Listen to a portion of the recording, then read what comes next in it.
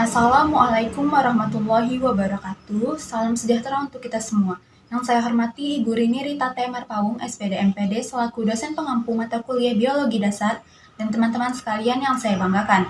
Selama beberapa menit ke depan, saya dan anggota kelompok saya akan menjelaskan tentang penyimpangan genetika dari kajian teori evolusi. Sebelumnya, izinkan saya memperkenalkan diri. Perkenalkan, saya Indri Cahyati dengan NPM 21130230003.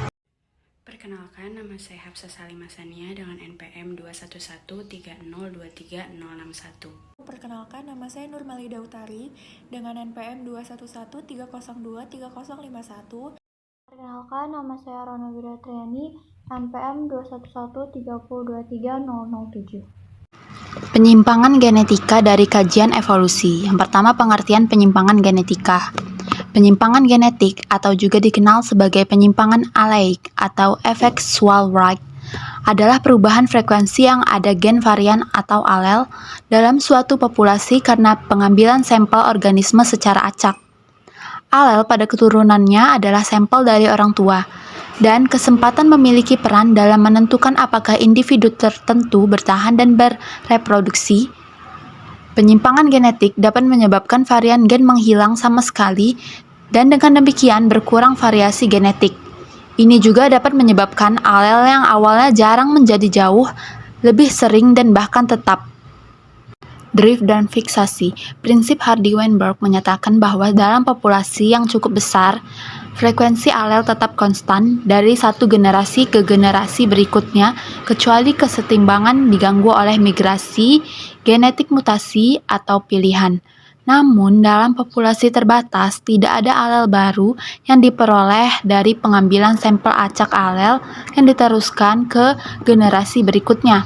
Tetapi, pengambilan sampel dapat menyebabkan hilangnya alel yang ada. Karena pengambilan sampel acak dapat menghilangkan, tetapi tidak menggantikan alel, dan karena penurunan acak atau peningkatan frekuensi alel mempengaruhi distribusi alel yang diharapkan untuk generasi berikutnya. Pergeseran genetik mendorong populasi menuju keseragaman genetik dari waktu ke waktu. Ketika alel mencapai frekuensi 1 atau 100 dikatakan tetap dalam populasi, dan ketika alel mencapai frekuensi 0 atau 0% itu hilang. Populasi yang lebih kecil mencapai fiksasi lebih cepat, sedangkan dalam batas populasi yang tak terbatas, fiksasi tidak tercapai.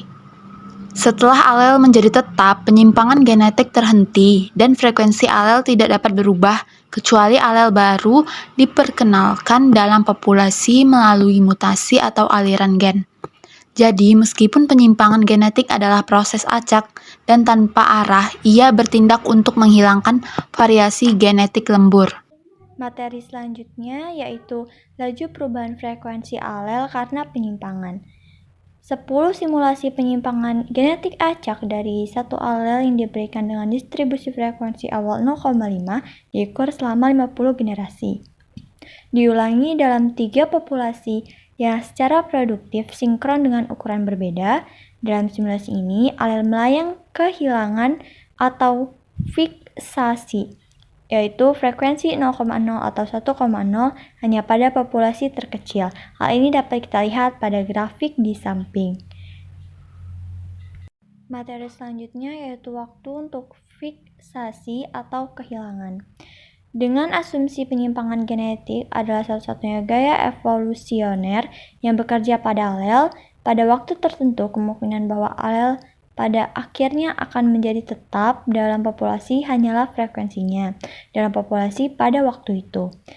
Misalnya frekuensi P untuk alel sebuah adalah 75% dan frekuensi Q untuk alel B adalah 25%. Maka waktu yang diberikan kemungkinan tidak terbatas sebuah pada akhirnya akan menjadi tetap dalam populasi adalah 75% dan kemungkinan itu B adalah menjadi tetap yaitu 25%. Dalam populasi alami, pergeseran genetik dan seleksi alam tidak bertindak sendiri-sendiri. Kedua fenomena itu selalu berperan bersama dengan mutasi dan migrasi. Evolusi netral adalah produk dari mutasi dan penyimpangan, bukan penyimpangan saja. Demikian pula, bahkan ketika seleksi melampaui penyimpangan genetik, ia hanya dapat bertindak berdasarkan variasi yang disediakan mutasi. Seleksi alam memiliki arah menuntun evolusi ke arah yang dapat diwariskan adaptasi terhadap lingkungan saat ini. Pergeseran genetik tidak memiliki arah dan hanya dipandu oleh matematika kesempatan. Akibatnya, drift bekerja pada frekuensi genotip dalam suatu populasi tanpa memperhatikan efek fenotipiknya.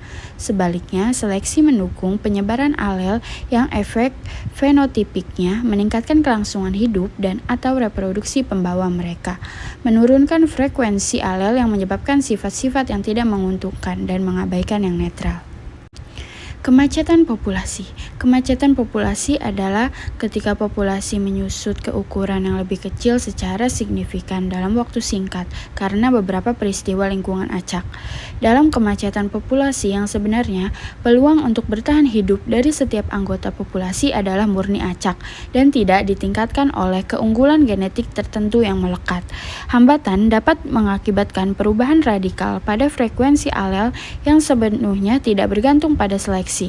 Dampak dari kemacetan populasi dapat dipertahankan bahkan ketika kemacetan disebabkan oleh peristiwa yang terjadi satu kali seperti bencana alam. Contoh menarik dari kemacetan yang menyebabkan distribusi genetik yang tidak biasa adalah proporsi yang relatif tinggi dari individu dengan total sel batang buta warna akromatopsia di atol Pingelap di Mikronesia.